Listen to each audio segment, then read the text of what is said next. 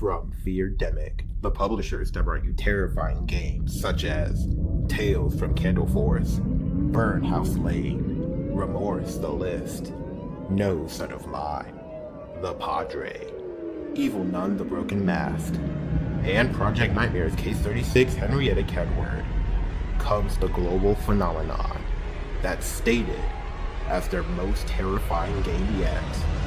Garten of BanBan? 3 birds with 1 stone. This is a game I never thought I would play, because why would I? Look at it.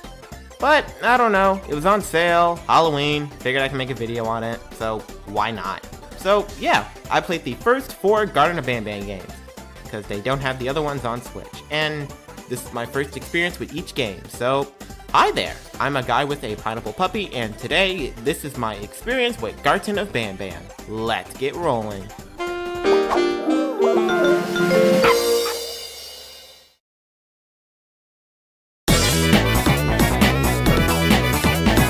Why am I doing this to myself? Why am I doing this to myself? I don't know. I don't know. Starting with the first Garten of BanBan game, which, honestly, is calling this a full game even fair? Calling the next one Garten of BanBan 2 makes it seem like a full sequel, but no, it's just part 2. This reminds me more of Chapter 1 of Bendy or Poppy Playtime than a full game. Anyway, you start off in the lobby of BanBan's kindergarten. By grabbing a key card, you can access a drone, which is kind of the main gimmick of the game. You have a remote you can point the drone at to send it to hit objects such as glass or buttons. It's somewhat creative, but it has flaws. The drone is slow.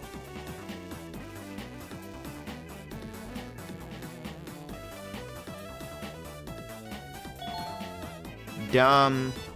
Okay. Hit the button, drone.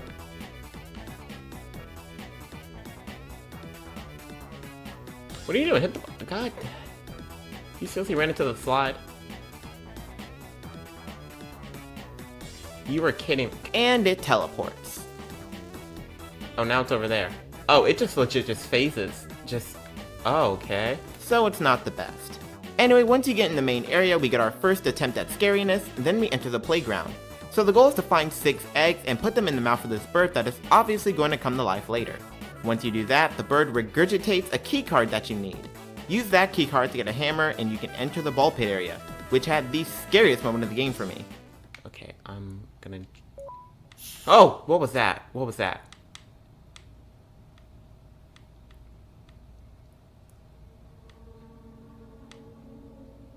Oh, was that just... I think that was just a couch.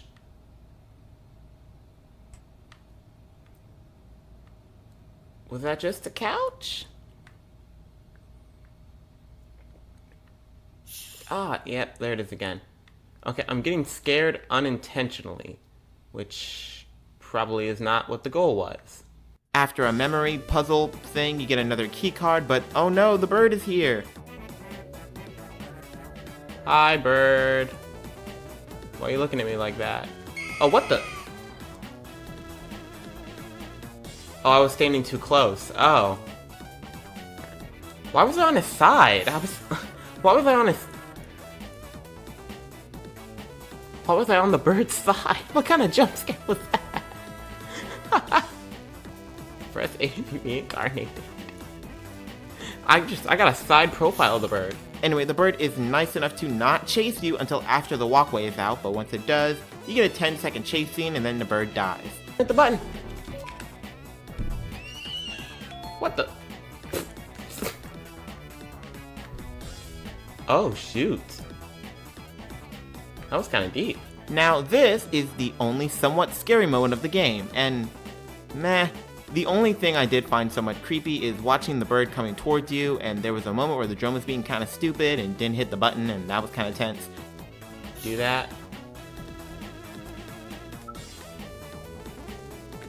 Come on. Anyway, now you can enter the office where I want to bring up a problem that I have.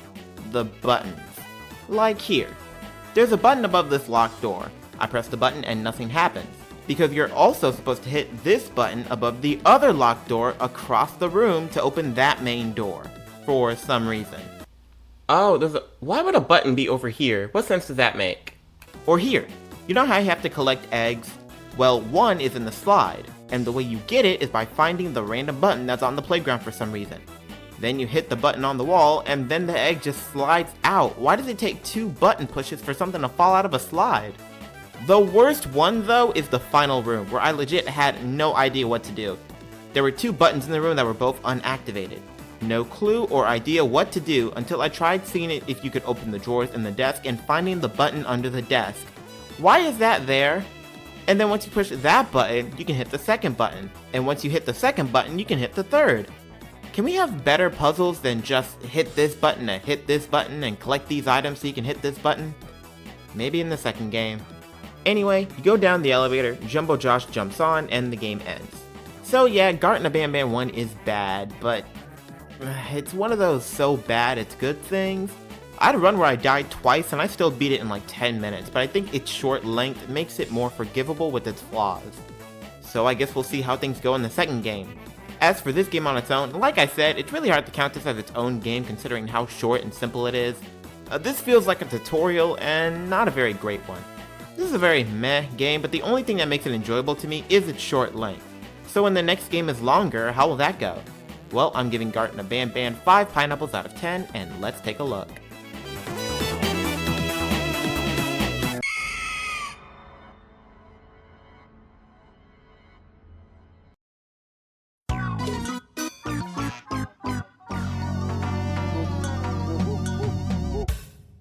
Garten of BanBan 2 is horrible. Like, the first one wasn't great, but it wasn't horrible. With the first game, I played through it about 3 times, and I planned to play through this one at least twice, but no, like 12 minutes into the game, I realized I never want to play this game again. I did play through it twice though, because I love you guys. Credit where it's due, this does feel more like a full-ish game than the first, but let's start from the beginning. Why do we gotta do this pass the time thing? What is the point of this? Is this gonna be like an every game thing? I don't get it. The game picks up right where the first left off. Jumbo Josh nor my drone survived the fall, but somehow I did. You walk through 2 doors and we hit our first puzzle. You need to move this bridge to get where you need to go, but you need a key card to get there. Now, how do you think we get the key card? A. Another button puzzle. B. Collecting another things minigame. C. Searching around the previous room. Or D. Just turn behind you and the key card is on the floor. Wait, really? What's the point of having the key card just lying on the ground right there? Why not make it a puzzle? Why not make it something you have to look for? If the key card is right there and there's no effort in getting it, then why not just have it be a button I can push from the beginning? What's the point of I don't get this. Once you do that, you can enter this door by pressing 2 buttons. Why would one button be all the way over here? I don't know. Anyway, we can enter this main lobby area where the main monster of the game, BanBan, is watching us through the cameras and speaks to us through the loudspeaker. Now again, this is the main character, main monster, the main threat of the game, right? And this is his introduction. Hey, you there. I can see you on the cameras. I am so happy to see you. And I need your help with something. Wait, can you even hear me? Hello? Listen, if you can hear what I'm saying, wave at any camera. That's some great voice acting, guys. Why does BanBan speak in the most monotone voice? The actor sounds like he doesn't even want to be there. It is the worst voice acting I have ever heard in my life. Now, BanBan is voiced by one of the game's developers, not an actual voice actor. So, I get it, but like, I get it might not be the best, but how hard is it to emote a little bit? Hey you! I see you on the cameras. I'm so glad you're here. I really need your help. Come on. Anyway, BanBan is apparently trapped somewhere and we have to get him out. He opens the door for us, which allows us to get a new drone antenna. I don't know why that scared me. It said an old friend was in the lobby. And I'm like, what the heck? Who's in the lobby? And oh god, and it's the drone. It's just the drone. It scared me for no reason. Next, we have to solve a puzzle, and this is actually a really good puzzle. There's names on the wall with numbers next to them, next to a color graph, and you have to hit the buttons on the desk from lowest to highest that matches the colors. It was a good puzzle. Too bad it's the best one in the game. Once you do that and grab a keycard, you can access the maintenance room. where after walking to a bunch of shelves, you have a really bad puzzle where you just hit 3 buttons with your drone. Funny how we went from an actually good puzzle to a terrible one. After this, you grab the keycard, and then we have the Nab Nab chase, which... oh god. Okay, let me explain how it works. Nab Nab is a spider creature that crawls on the ceiling. If he's directly above you, you die, so you need to keep moving. There are pink and blue arrows to lead you through the shelves, but the pink ones are wrong, so you need to go the opposite direction of those. I think it sucks you can't see Nab Nab unless you die, and if it wasn't for the music, I wouldn't have even noticed a monster chasing me. Presentation is important. As for the chase itself, oh my god, this may be one of the most difficult video game moments I have ever had to go through. It may have taken me a legit hour to beat. I spent more time trying to beat the Nab Nab chase than I did playing the first game. I know you're confused, but just let me explain. I don't know what I was doing wrong. I was sprinting the whole time, following the arrows, not stopping, not running into walls, and I was still dying over and over and over with no idea what I was doing wrong. It gets agitating whenever you play a video game and you keep dying, but you don't know why. If I messed up the arrows or I paused for a second or something, that's one thing. But when you're constantly dying and you have no idea what you're doing wrong, that's on the game. That's frustrating. I thought I was doing good, but Nab Nab kept catching me. Nab Nab is right behind you at all times. You cannot stop for 1 second. And I was watching other people play. They're beating it on their first try. I couldn't understand. I was watching guides, looking up tips. I was doing tests to see how Nab Nab's AI worked. Now, this could just be a skill issue, and maybe Nab Nab is super easy. After playing, I watched other people beat Nab Nab on their first or second try, and I was super confused. However, I do have a theory on why it was so hard. I looked through the comments of those videos, those guides, and no one mentioned anything about Nab Nab. Then I watched someone specifically play the Nintendo Switch version of the game, which is what I have, and there were so many comments talking about how hard Nab Nab was. I think this was a porting issue, and I think the reason why is the sprinting controls. In order to sprint, you have to click on the L stick, which is also the stick you use to move, and for some reason, you can't sprint backwards. If you are sprinting and you go backwards at any moment, the game will return you to walking speed. Not only does this make later stuff like Slow Celine much harder, but for some reason, sprinting to the left also sucks. If you sprint to the left and your joystick is tilting downwards at all, you stop sprinting. This doesn't happen when going to the right, only to the left. This is random, but you know how there are games where you can sprint and there's a meter or an icon that shows that you're sprinting? That's what this game desperately needs. How and why do you mess up sprinting in a game where one of the 3 main things you are going to do is run from things? Then of course, since I'm using a joystick instead of a mouse, it takes longer to turn. Granted, that difference is like a second long, but it's long enough for Nab Nab to get you. I had to turn the sensitivity all the way up to get better turns, and I had to do something I've never done for any video game in my life. I had to change the button mapping on my Pro Controller to make the sprint button on the ZL button to make it easier. This thankfully worked, and I managed to beat it after a few tries. So, skill issue? Probably. But I also think it was a porting issue. The day after I beat it, I played the Nab Nab chase again just to see if it was a skill issue, and couldn't beat it. Then I turned up the sensitivity and changed the button mapping again, and it took me 3 tries to beat it. And on my second try, I made it up to the last arrow before dying. So if that proves anything, I don't think it's a skill issue, but instead a porting issue that's exclusive to the Switch, and maybe the other console versions, but not the PC version. Does that excuse the game? Does that make it okay? I mean, not to me. I get that some games are harder to port to consoles than others, like the Five Nights at Freddy's games. But how hard is it to sprint in video games? This game took what was probably a 2-minute segment and made it take me like an hour. That is ridiculous. The Nab Nab part of this game makes me never want to play this game again, and we're still in the beginning part of the game. Whatever score I was planning on giving this game, it automatically gets -1 just because of that Nab Nab sequence. What the heck was that? Anyway, now that I've dedicated 867 words to the Nab Nab chase, there's still one more issue that I have that I need to bring up now. And this one kind of applies to the first game and the following too. I died a lot during the Nab Nab chase, in case you couldn't tell. And whenever you die, a random letter pops up and then you have to press a button and wait for the game to reload.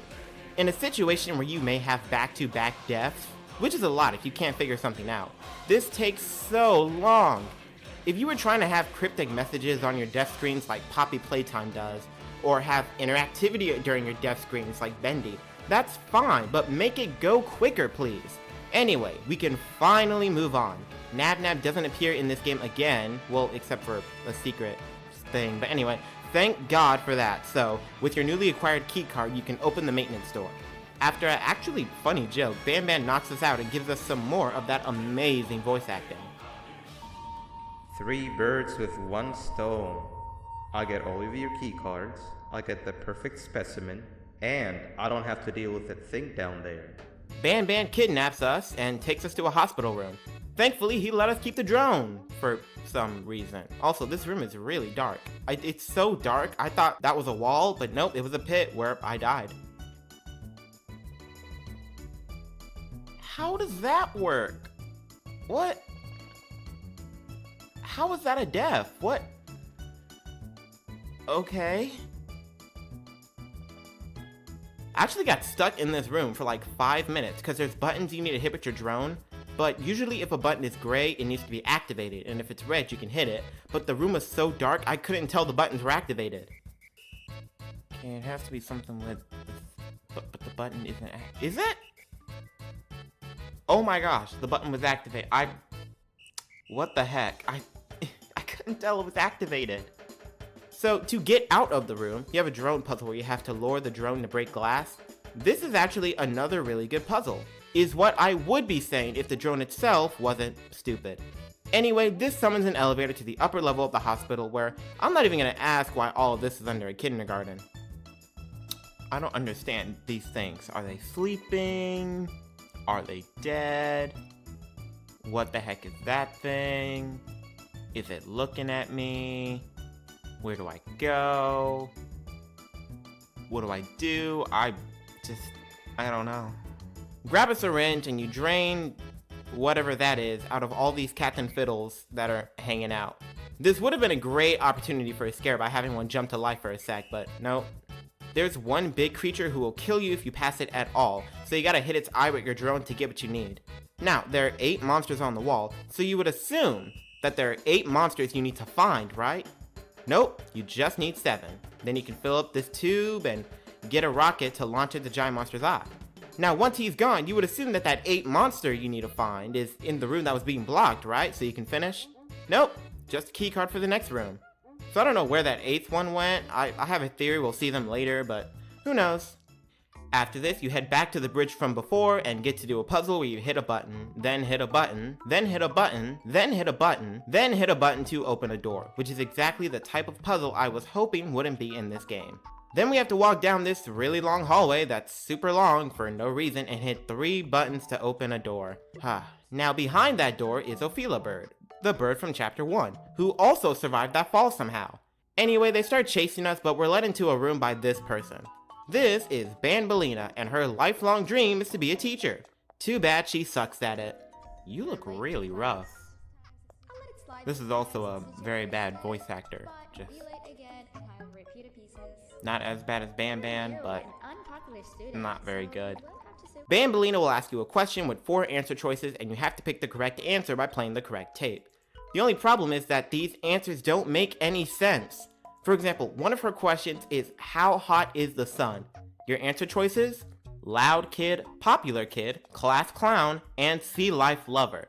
Keep in mind that if you get it wrong, BanBan will kill you. Also keep in mind, if you're on question 3 and you get it wrong, you go all the way back to question 1. Also keep in mind that BanBan has the most dialogue in the game that can't be skipped, so you'll be rehearing all of it if you die. When it comes to answering the questions, you just gotta use trial and error. So this sequence is not the best, and what's worse is you have to do it 3 times. You get 2 breaks in between, and this unironically was the most scary moment for me in the game. Okay. Oh my! Why did that scare me? Why did that scare me so bad? Oh my god. During these breaks, you have to solve some simple puzzles where you just collect stuff. There's not much here. Either her standing in the dark there, just watching me the entire time, is really creepy and really well done, or that's just really lazy. It's one or the other, but... Anyway, during your third time, Banbalina will hear something and go check it out, giving us the opportunity to escape. No, not again. I actually tried to be a good teacher this time. If that was you being a good teacher, I don't want to see the past attempts. Okay. Then we have the bird section, where you need to grab all 6 birds and put them in this nest. Because when you open this door, Ophelia bird will come in, and you want her to go to them rather than go after you. The birds are kinda cute, but it's not too fun trying to catch them all. Also, the lights are turning on and off for some reason really threw me off the first time because I had no idea why. What are we doing? What are we doing? What is going on? I thought maybe the birds will kill you if you move when the lights are on. Nope. I thought the birds can't see you in the dark, so it's easier to catch them when the lights are off. Nope. I thought it was there to make it more difficult. I mean, it doesn't. I don't get what this was for, but anyway, we enter that long hallway again, but this time there's a snail. Slow Celine. When her eyes are straight up, don't move, but when her eyes are wonky, you can move. To give some credit, the way she freezes before she charges at you is kind of spooky, but it's also just red light, green light. There's no music or other threats, it's not very scary. Although funnily enough, I would say it's the creepiest thing in this game. And it's not very difficult. Well, it wouldn't be difficult if I wasn't playing on the Switch. Since you're supposed to look at her to see when her eyes are up, most people who play on PC run backwards. Since you can't sprint backwards on the Switch version, you either have to sprint sideways or turn around and just hope you stop in time. There was also one time where I legit made it in the room, but she still killed me. I feel like that's kind of unfair. Anyway, once you get in this room, you have to collect 8 seashells. This is very reminiscent of collecting eggs in the first one. It sucks because this is the exact other type of puzzle I said I didn't want to come back. Collect all these items so you can push a button. Most of this game has either been push all these buttons, collect all these things to push a button, or run. The only exception was Banbalina's school, but it's not like that was great anyway. Also, I wish the game would keep count of how many you have so far when you're collecting stuff. How hard is it to say you have 6 out of 8 really quick? Anyway, after collecting all 8 shells, you get the cannon game. I have heard nothing but bad things about the cannon game. And while I don't think it's the worst part of the game, that's coming up, for a puzzle, it's pretty bad. This is like a baby level puzzle, which I guess fits for a kindergarten. One of these buttons lights up and you have to hit the button that lights up with the firework. If you take too long, you have to start all over, and there are 3 rounds for some reason. It's easy, boring, and to quote CinemaSins, this goes on for some time. Anyway, once you do that, you get a key card that takes you to this. This is the worst part of the game to me. No, this is the worst part of the entire series so far. Out of the 4 games that I played, worst part, right here. You just have to jump your way to the top. There is absolutely no scariness, except, when you get close to the end, because if you die, you have to do it over again. There's no obstacles, it's not fun, there's no story reason for this. Just jump from here to there, over and over, until you make it to the top. And if you die, do it all over again.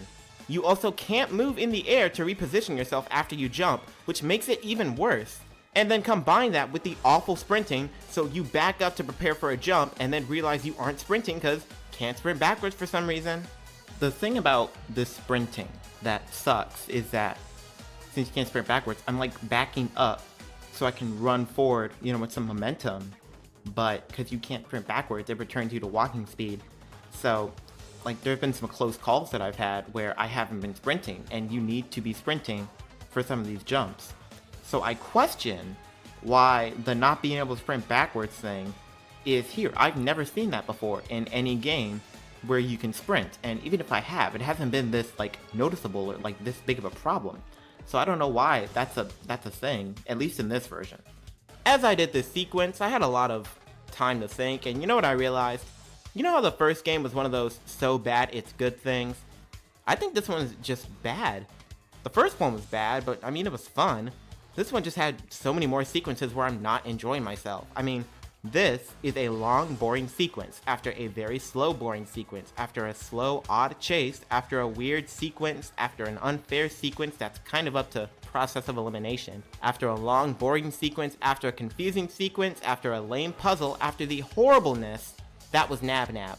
It's disappointing. This is weird, but I kinda missed the Nab Nab chase. Was that chase hard? Yes. Was it frustrating? Yes. Was it unfair? Maybe. But boring, it was not. This is just, if I had to choose between like a really hard game or a boring game, I would choose the first one because I'm not having fun. I'm just bored, which is a strange emotion to be getting while playing a video game. I'm just bored. Anyway, once you get past that, you go down another unnecessarily long hallway and enter a room where you opened my case. No, I'm just kidding. BanBan shows up, apologizes for hitting you, says he knows where the children are, because we're a parent looking for our children, I should have brought that up, and then leaves because all the doors are opening. Jumbo Josh shows up, so I guess he didn't die, and then Bambolina shows up because of course she does. She chases you down some bright, plain-looking halls, while Jumbo Josh also tries to get you. Although him popping out can kind of be scary, he can't do anything. There's one point where you can literally just touch his hand, just rub your body against his hand, and you won't die. This whole chase also kind of sucks because it's kind of a maze with dead ends for some reason, so you have to do trial and error to find the correct path to go down.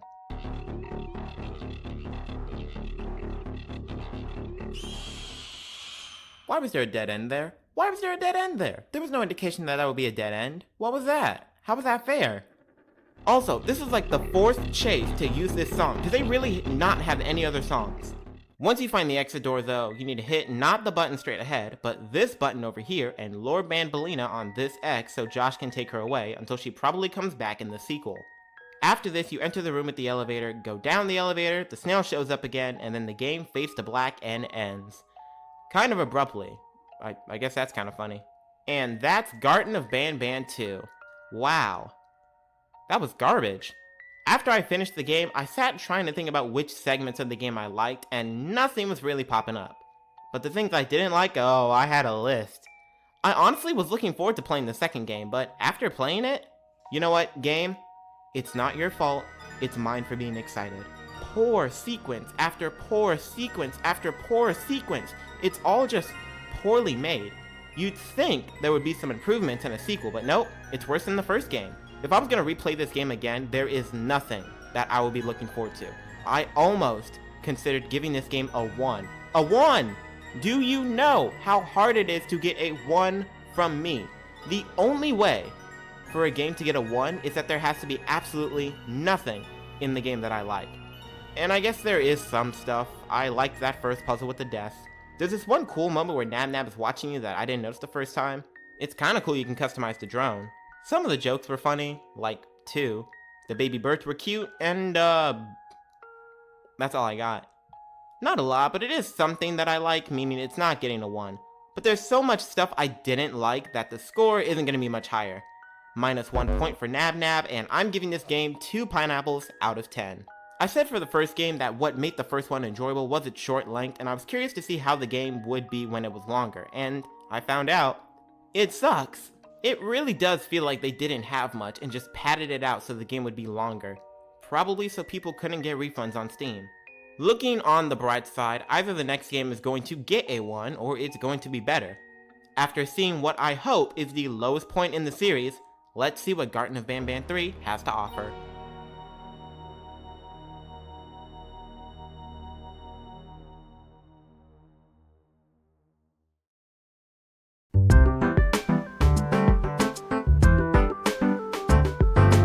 Despite how much I didn't like Garten of BanBan 2, I was excited to see what Garten of BanBan 3 had to offer.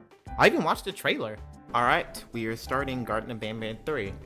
Now, for some reason, I have high hopes. This menu music is a lot better. Looks like we got more characters. I'm kind of excited to see what happens. I think after I gave the second game a 2, I knew the next game would either get a 1 and be the worst game I have ever played, or it would be better. And to its credit, this is absolutely the best Garten of BanBan game so far. At least in my opinion, but let's start from the beginning. Huh, this is an every game thing. Great, okay. Garten 3 starts where Garten 2 left off, with us arriving at our destination after getting on the elevator in the last game. BanBan comes on the intercom with his spectacular voice acting, and says he doesn't want to meet you in person because he's dangerous. We're told that the one who knows where the children are is in the aquatic center, so that's where we need to go. In order to get there, we have to turn on the cable car by walking around and picking up crayons.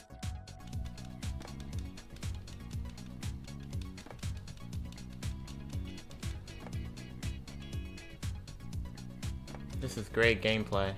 Once you dispose of those crayons, the scanner checks very slowly to make sure they're all gone. It's not very hard, especially since you can just follow the scanner tracks on the ceiling to find all the crayons. But once you do that, you can get a key card for the cable car, and I got stuck here. I was clicking the button and it wasn't moving. I had no idea what I was doing wrong, only to find out that there are buttons on the ceiling of the cable car that move it. Oh, what? Wait.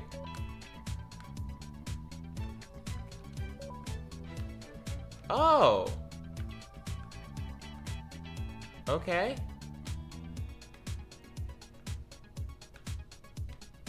That took way too long for me to figure out. It's not even that noticeable. I forgot the classic BanBan rule that sometimes you gotta check weird spots for buttons. Anyway, after heading to the aquatic center, you do a very standard drone puzzle, and then you meet Stinger Flynn, who is huge, and he's sleeping. Hey, man. Are you dead?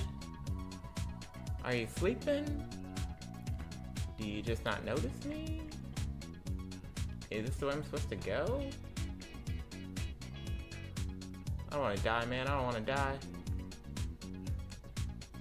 Just keep going, I guess. Scared he's gonna grab me. Oh, is he asleep? Of course, we wake him up with the button press. And he talks a lot. I thought Bambalina talked a lot in Chapter 2, but Stinger Flynn's got her beat. Anyway, Stinger Flynn uses his mind powers or something to take us to a beach with a big, creepy, smiley man whose name I haven't learned yet, and talking Stinger Flynn, who talks some more. I'm just gonna say this now, this game has a lot more story, more cutscenes, and more dialogue. Which, don't get me wrong, it's nice and all, but it definitely makes second playthroughs a pain. These games really need a skip button after you hear dialogue for the first time, that would be nice. Especially for stuff like Bambalina's school sequence, but we're on 3, not 2, so anyway, after that, we get a flashback sequence where we get to play as Stinger Flynn, which sounds cool, but it's pretty meh. All Stinger Flynn does is he shoots electricity from his tentacles. You wake up in the cannon room from the second game, and you have to replay the cannon sequence for some reason. Do I legit just have to do this just over again? I thought there'd be like something new or a twist or something. I didn't think it'd be the same thing. You would think the fact that I'm playing as one of the mascots would be cool, but it's kind of boring.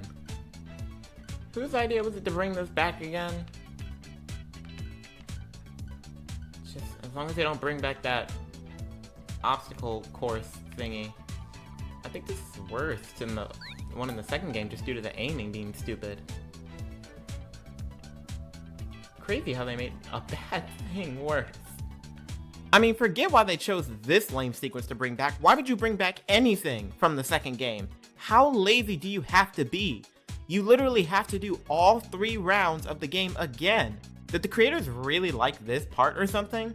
I guess the area is beach themed, so it makes sense for his character, but that's a weird decision. The only difference is that you shoot electricity instead, which I guess is kinda more difficult since aiming's kind of a pain, but it's not enough to excuse it. What does this do story-wise? Nothing. It's just here to pad the runtime. Okay, we have Buff BanBan. I'm calling him that from now on. That dude is Buff BanBan. Anyway, you do that 3 times, leave the room, and we run into Slow Celine, who actually kinda scared me. I thought I had already failed her sequence. Where? Who? What? What? Where do I go? What? Huh? And where am I now? Great. How'd I even get here? Did he move me here? Anyway, we then wake up in Toadster's area where we get to do the classic BanBan puzzle of collecting a bunch of things in a room so you can press a button. Yay! Sheriff Toadster is catching criminals. Catch him 10 criminals to get your prize. Oh great, another collecting things game. Are there gonna be one of these in every single chapter? After that, you get a key card and you play this game where you hop on the light spots when they show up. You get to do that twice. It's pretty easy, you can't die, you can still hop on a light even after it turns off. It's more filler. Now you may be wondering how this game is better than the second one because so far this seems kinda boring. And yeah, it is, but trust me, this is when the game starts getting good. After you leave this room, BanBan reveals that our sworn enemy from chapter 2 is back, Nab Nab, and we need to take care of him. So of course, the only way to deal with people you don't like is to set them up with a girlfriend. William Howard Taft said that, by the way. So we have to go to the medical center to do a surgery on Nab Nalina, the girl version of Nab Nab. Let's start the procedure. Start. Hello? Why can't I start? Start. Am I missing something? Start. Nope, that's the drone. Start. Why is this not...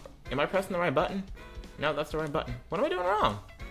Start the procedure. Nope. I can't... What? Do I need to, like, start with the syringe or something?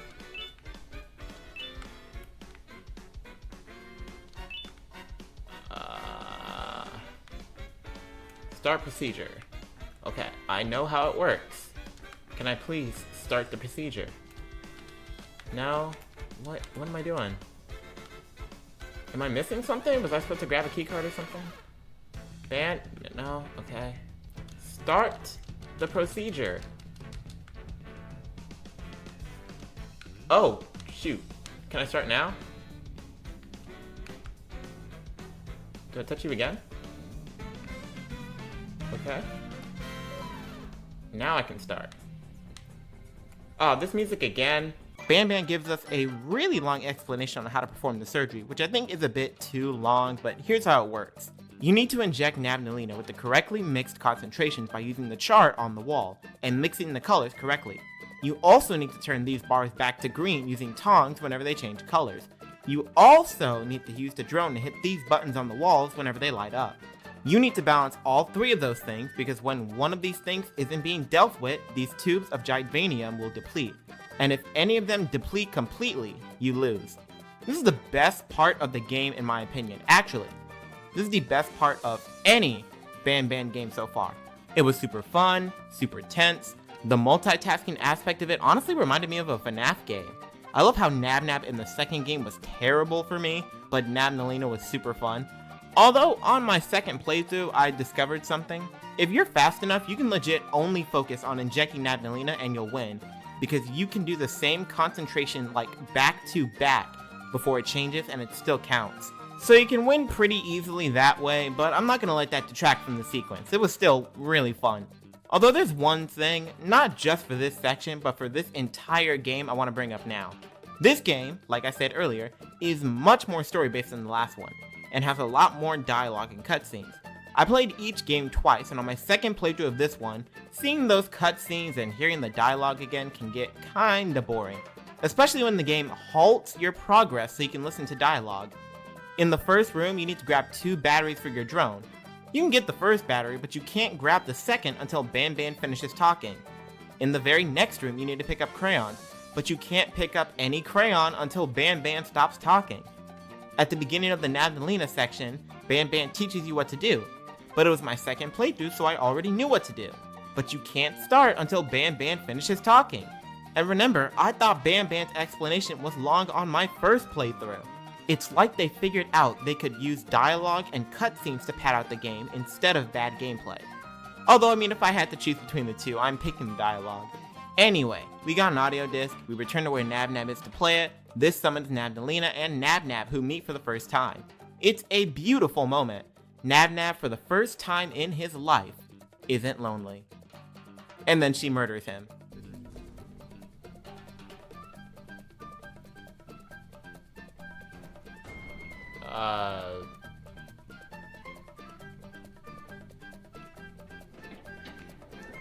Did she kill him and take his room? That is brutal.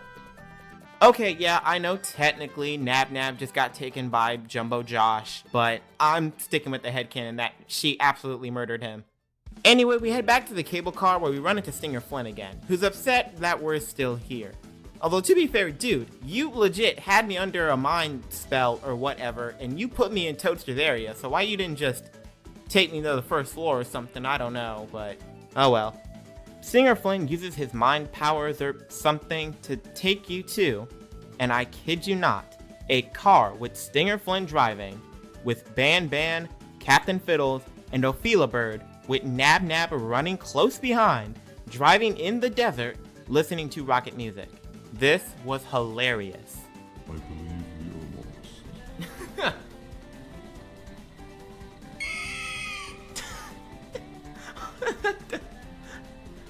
She's so upset. That's what I'm talking about. What on earth? Ophelia, what do you think about this?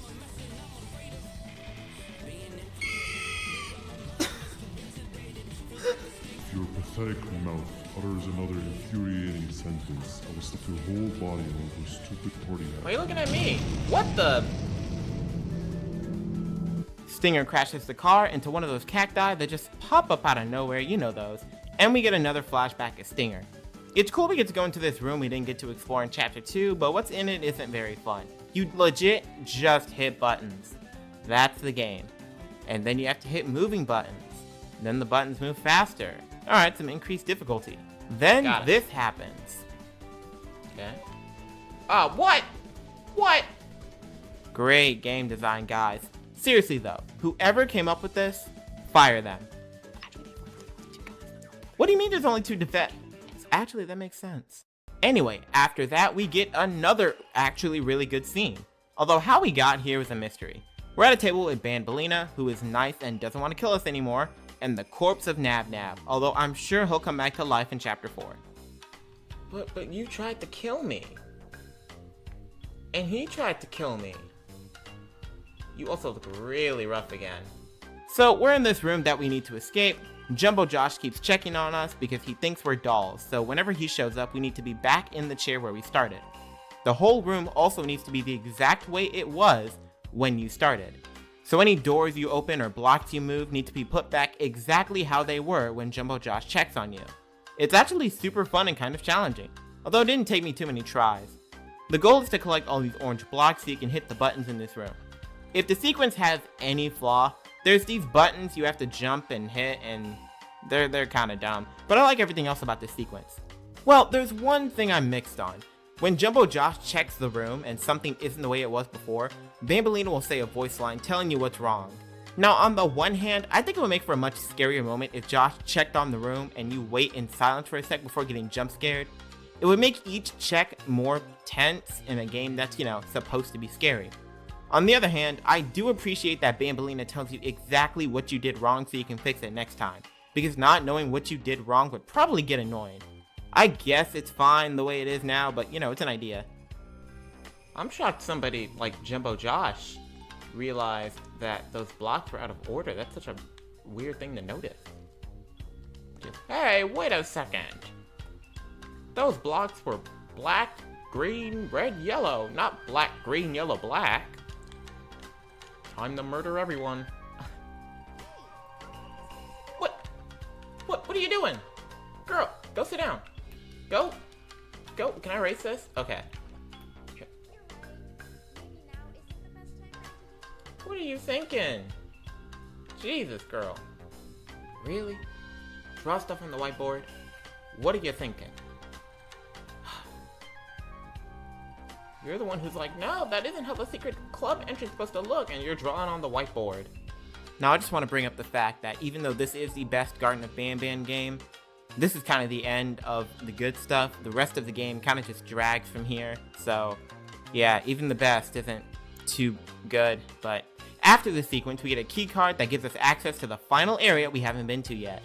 Here you have to do some math with these pictures. It's a pretty easy puzzle with kindergarten level math, which I guess fits. After that, you have like 8 doors back to back for some reason. Let's find door number 4. Another door. And door number 5. Another door. This really feels like they're padding the runtime. I swear, this is just to pad out the game. Then we get a boss battle, which is a sequence that isn't great, but it's pretty good. There's this chameleon turtle thing that wants to kill you and 3 platforms to jump in between, which sucks with the sprinting controls, but ah well. Anyway, if you're on the middle platform, the chameleon will try to crush you with his tongue. And if you're on the side platforms, the turtle will shoot water balloons from its mouth that instantly kill you.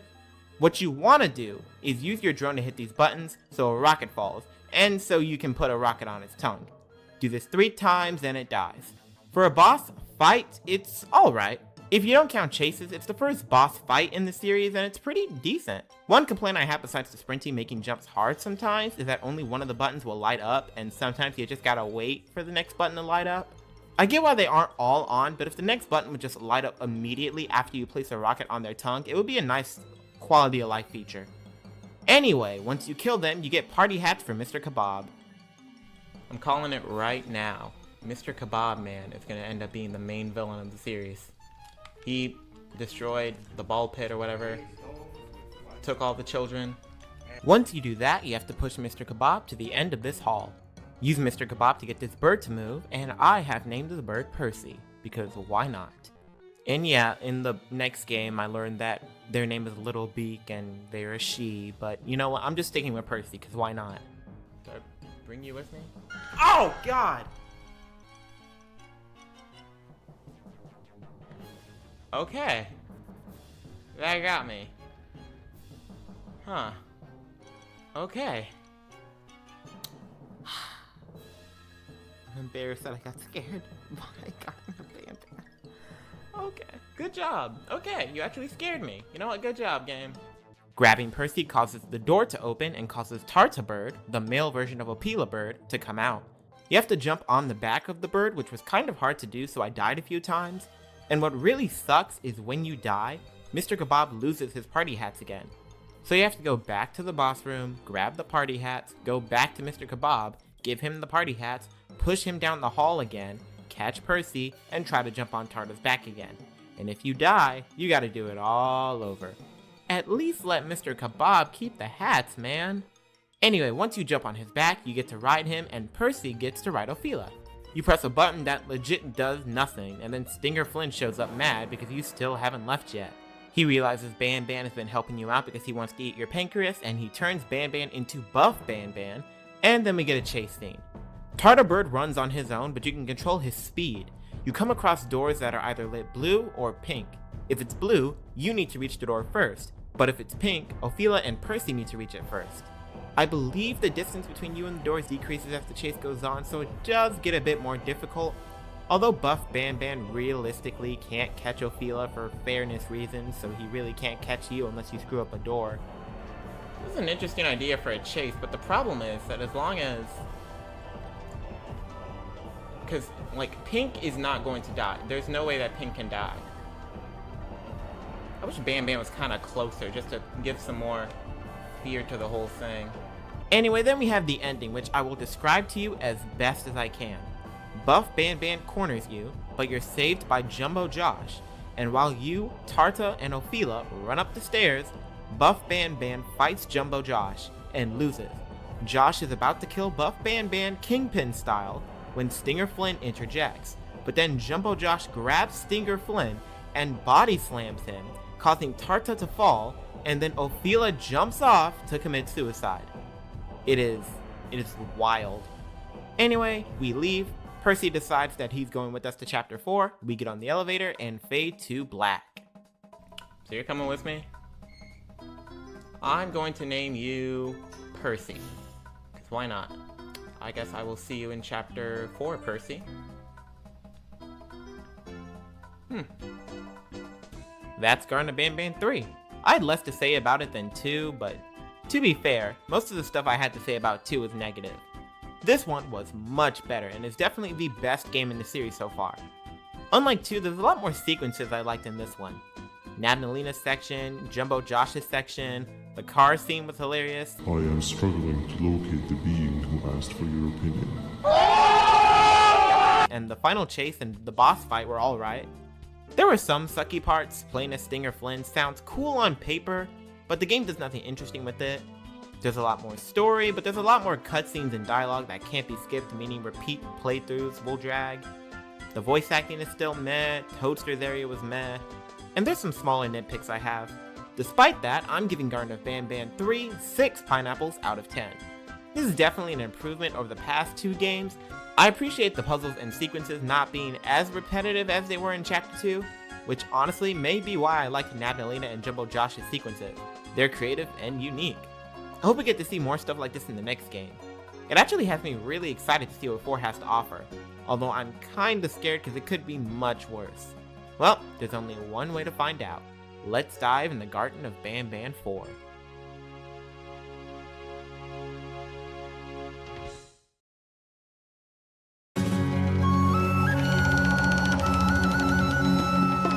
Here we are at the final Garten of BanBan game, on Switch, Garten of BanBan 4. After how much of an improvement 3 was, I was initially excited to see if Garten of BanBan 4 improved upon it. However, I'm sad to report that, for me, the 4th game doesn't exceed the 3rd. Don't get me wrong, out of the 4, this is the 2nd best, and I can see that a lot of elements were taken from 3, although some elements are good and some are bad, so let's dive into it. What's the point of this? What does this do? Oh. The game picks up immediately where the 3rd game left off.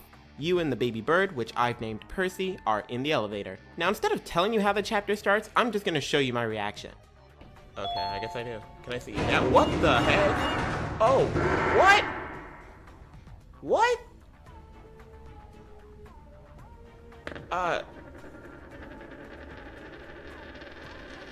Okay, we're really just jumping in it, huh? Didn't even give me a second to... Okay. Just didn't even give me a second to, like, process where I was or anything. That 2-headed chameleon turtle from the last game is back and chases you down a hallway. Now apparently, like I mentioned in the last video, their names are Tamataki and Shamataki, and Percy's actual name is Little Beak and is a girl, but I'm gonna stick with my nicknames because why not? Anyway, the chase is pretty intense. The music is actually good for the first time in the series, and it feels like he's right behind you the whole time, until you realize how slow he is, and you realize you were probably fine.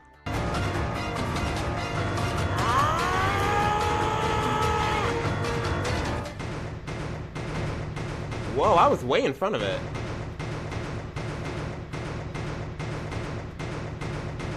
Oh. I thought it was right behind me. Okay. Anyway, you and Percy solve a few puzzles together, and then Percy decides not to move because he can sense danger. He's right, of course, because walking into the next room, someone knocks you out. You wake up in an interrogation room, and you're asked yes or no questions by this guy, Sheriff Toadster. Facing forward, the button on your right is a yes, and the button on your left is a no. Yeah, I can tell by the thumbs. Have you ever come in contact with the threat shown on the board? Yes. It's Jumbo Josh. Really? I'm surprised you're still in one piece. Yeah, he's not very threatening. Third question. Have you ever come in contact with the threat shown on the board? Yeah, that's Stinger Flynn. I don't like him. Have you ever come in contact with the threat shown on the board? Yeah, that's Nab Nab. He got brutally murdered. That one gives me the creeps. Me too. I have Sixth PTSD. question. Have you ever come in contact with the threat shown on the board? Well, that's you. So, yes? I could tell something about your answers were fishy. What? Was I supposed to say no? I can see you, man. That glass ain't fooling anybody. Ah, man. Once you're done, Sheriff Toadster takes you to the kingdom where you meet Queen Bouncelia. Here we get a bunch of dialogue, and if you thought Chapter 3 was bad, oh boy. Chapter 4 focuses a lot more on its story than the previous games, and while it makes for a much more dramatic ending, which we'll get to in a bit, it leads to a lot more moments I wish I could skip, and makes repeat playthroughs a bit more sluggish. Anyway, Queen Bouncelia wants to help you get back to the surface via the elevator, but the elevator needs 3 parts to work, so Sheriff Toadster is going to be accompanying you to get those. Oh, and also Percy comes back. Toadster reveals that the Queen's jester has gone rogue, and that no matter what, he cannot make her laugh, or otherwise, the naughty ones that are in her pouch will escape and everyone will die. It's a very goofy concept. Anyway, there's a transport system and there's 3 of us, but for some reason you need to find 6 tickets. Once you make it to the first location, you have a Percy puzzle. Complete the puzzle to open the door, but Percy doesn't move because he can sense danger. Sure enough, he's right. The second you walk in, the door shuts behind you. Very quietly. Oh, what? What's happening? What? You stay in there and don't move. What? I'll figure out a way to get the door open. Oh, there should have been a sound effect or something. What? Hey, I don't like this. I don't like this. Hi, I'm a hungry snake. Do you have any food? Dude, nope, nope, nope. Open the door, please. Open the door, please. What are you? Nope, not even looking. Just run. Just run. Open the door! Open the door! What the? What the? These toad stars never disappoint, partner. Okay. I don't get this game sometimes. Anyway, that was Bitter Giggle. Bitter Giggle. Bigger. Anyway, that was Bitter Giggle, the jester that was mentioned earlier. Now we need to get through these rooms with all the vents, but our best friend Nab Nab is in these vents trying to sneak attack us. Luckily, Percy can sense danger, so if you hold him, walk up to a vent, and he chirps, just pick another path. It's not very scary, not very hard, and the only reason I know it was Nab Nab in the vents was because I looked it up later. And once you beat it, you get the elevator piece, and then you just walk straight through because Nab Nab is gone. I mean, wouldn't it made a lot more sense for you to walk through, grab the piece, and then do the Nab Nab part while you're trying to escape? Like, he hears you, so he comes in the vents, and now you have to try to escape. Like, wouldn't that have been more scary or something? I'm just saying. Anyway, we return to the elevator. Toadster has to fix it by just standing there when Percy decides to help by just staying there. The Queen gives us a key card and tells us that an old friend is in the infirmary. We head there and it's BanBan, who apologizes for the end of chapter 3 and wants to help us get an elevator piece, because he knows about that somehow. But first, we have to go meet Stinger Flynn, who Toadster somehow managed to capture. And he's also like way smaller for some reason, okay. Stinger Flynn uses his mind powers or something to give you another flashback. Here, you and pretty much everyone from the car, along with big creepy smiley man, whose name is Zolphius according to the wiki, are just sitting by a car-lit fire. Nab Nab decides to be nice and give you vegetables, Stinger Flynn talks about how he doesn't like Jumbo Josh, and he and BanBan have a heartfelt conversation. Sometimes I feel like we're all just doomed forever. We each have our plans and goals, but at the end of the day, it doesn't really matter. Nor can it undo the past or the previous misery. Life is too short to be sad all the time, Stinger. Our lives aren't. And then Choo Choo Charles shows up and tries to kill BanBan, but then Nab Nab convinces him not to, and it works because they're both spiders or something, and then the car explodes. The game freezes, and we wake up. Okay? Now, I knew Choo Choo Charles was gonna show up, that was one of the things I had prior knowledge of, but like, there was really no point for that besides just to be weird. In fact, that whole flashback didn't really do much, but you know what? At least there wasn't a moment where we had to play Stinger Flynn. Also, like, see, this is what I'm talking about with all the dialogue stuff. We had to sit through a cutscene after listening to Stinger Flynn talk, after listening to BanBan talk, after listening to the Queen talk, after listening to Toadster talk, after the long train ride. I didn't realize it on my first playthrough, but because I played through each game twice, I realized that this is most likely just more padding to make the game longer. Head back to the transport center where we meet up with BanBan, who introduces himself to us as Usman? Okay, there is kinda lore, so I believe Usman was one of the doctors whose DNA was used to create BanBan, and BanBan believes himself to be Usman. I don't know, I don't really read the journals, I don't care that much about the lore, so I'm still calling him BanBan. Anyway, we run into Jumbo Josh, who gets himself trapped, we do a button puzzle. There seems to be 2 doors behind each other. I think we opened the inner one. What? Ah, that's so dumb. We do what's probably the best drone puzzle in the series so far, although the drone is the drone, so it's not the best. After this, BanBan is apparently going to give Mr. Kebab to someone super lonely. We wait. For what? Wait, Oh. no, Nab Nab. What? I mean, his girlfriend did try to kill him. Of course he's lonely. We have to chase Nab Nab to get Mr. Kebab back. Nab Nab fights BanBan. BanBan turns into buff BanBan and murders Nab Nab again. Although I'm sure he'll be back in chapter 6. We get the elevator piece and leave BanBan to self-reflect, or whatever, since he apparently can't control buff BanBan. So what was Mr. Kebab for at then? It couldn't have been for Stinger Flynn. Couldn't have been for Jumbo Josh. I mean, maybe it was for the turtle monster. Maybe it was for you. Huh, that did genuinely spook me. What's up, man? And it's gone. Okay. Oh, no, you're still there. Okay, well, I'm gonna leave. We head back to get the elevator piece to Toadster, talk to the queen. Turns out more creatures are being held in the infirmary, including Ophelia and Tarda Bird, Slow Celine, Jumbo Josh, and Banbalina, who I almost felt bad for, but I remember she tried to kill me, so can't feel too bad. Then we head to the final section to get the last elevator piece, and we're doing this one on our own. To do that, we first have this sequence. There are 3 rooms, and after you press a button, something in one of the rooms may change. You have to identify which room had something change and hit its button to progress. Of course, there may be no changes, so you may have to do that too.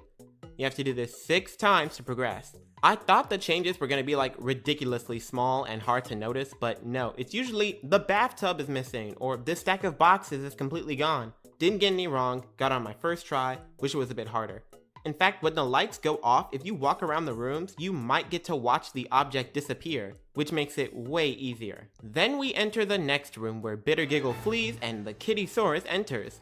Although I thought this was a fox at first. This is a boss fight where you have to make the boss run into these signs and you use the buttons on the floor to make one of them orange.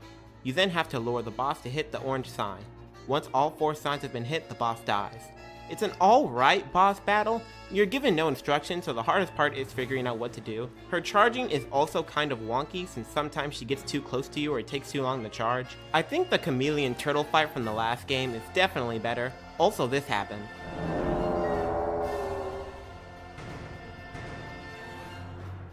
Okay. Yeah, once you figure out what to do, it isn't that bad. Ah, of course I have to go to the door that's right by where I died. Great.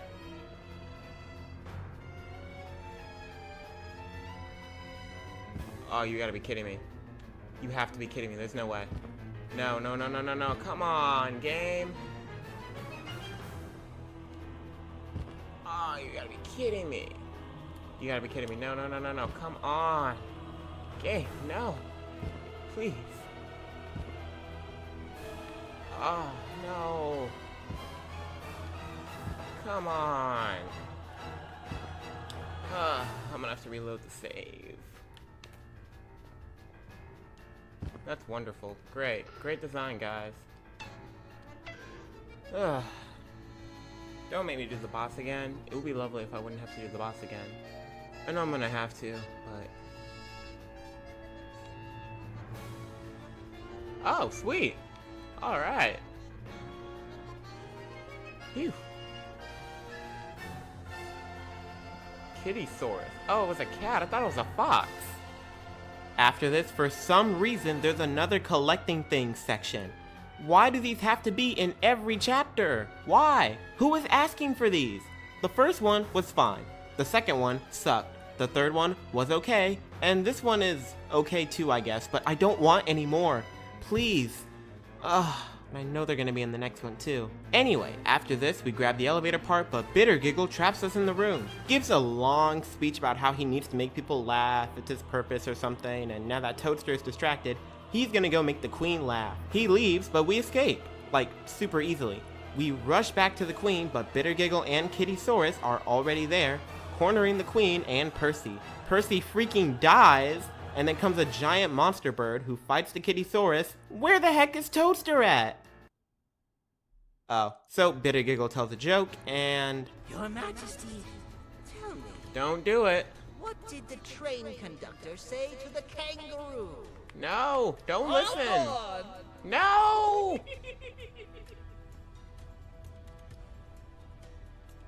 Don't laugh, don't laugh. That was terrible. Yeah. Ah, no! What? What? Anyway, you and Toadster run to the elevator, which is barely functioning, so you're gonna have to go down. Bittergiggle is chasing you, but he's super easy to get away from. I didn't even know he could catch you until my second playthrough. I thought he was just doing what we were doing and running away. So if this counts as the final chase, this is the worst one out of the 4 games. We make it to the elevator and Toadster lets all the prisoners out except Stinger Flynn, who he chose to bring with us. Great. Why is he so small? And why would you let the prisoners out instead of coming to help me deal with the queen and stuff? Like, you could have tackled Bittergiggle before he told the joke. None of this would have happened. But no, just, oh no, he's gonna tell a joke to the queen. Quick, let me release the prisoners. That's the smart thing to do, and then I'll go try to stop it. What? Dude, okay. And then the game ends. Right there. Great. I love cliffhangers. That's Garten of BanBan 4. Like I said earlier, I'd say it's the second best BanBan game. It feels a lot more story-based, which works in some instances, because there are some factors I'm genuinely invested in. But this leads to a lot more unskippable dialogue and cutscenes, even more than 2 and 3 had. As for the gameplay, it's okay. I don't think there were any sequences that were amazing or really stood out in this one, like the Jumbo Josh or the Nab and Alina segments from the 3rd game. Even something like Bambolina's School from 2, which I wasn't a huge fan of, was a memorable sequence. Here, I can't really think of anything besides the ending. Despite that, I do think the series is somewhat improving. The jump scares are better, the music is better, the idea of a hub area is kind of cool, and I am actually invested in the story. For some reason, this one was $10 while 2 and 3 were only $5. I don't think the price increase is really warranted when you compare this game to the other ones. 3 is still the best in my opinion, but for this, I'm giving Garten of BanBan 4 5 pineapples out of 10.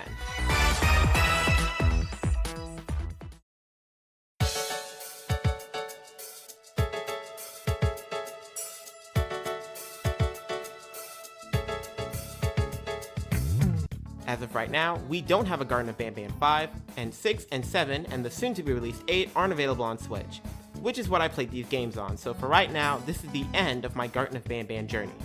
I promise, the day the rest of the chapters are released on Switch, I'll look at the rest of the games.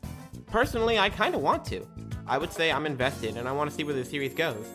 That's not to say this series is the best, though. These are definitely some of the worst video games I've ever played. It's a horror game that you can't really take too seriously or get too scared by. The animations are pretty bad. Besides Bittergiggle, the voice acting is pretty bad. The music didn't get good until Chapter 4. There are multiple moments that feel like padding. Not the best puzzles, gimmicks, sequences, boss fights, characters, writing. There's a lot wrong with this game. But I'd be lying if I said I didn't enjoy parts of it. The entire series is one of those so bad it's good things. It's still pretty bad, but I did enjoy myself. It was so much fun reviewing these games, and I can't wait to see what comes next. Maybe it gets better, maybe it'll get worse. It probably will. But Garten of BanBan is a kindergarten I'm glad I visited. And don't forget, no matter how weird you are, you'll never be as weird as a guy with a pineapple puppy. Oh, hey, I can talk about the mobile game, Garten of BanBan Punch Rush.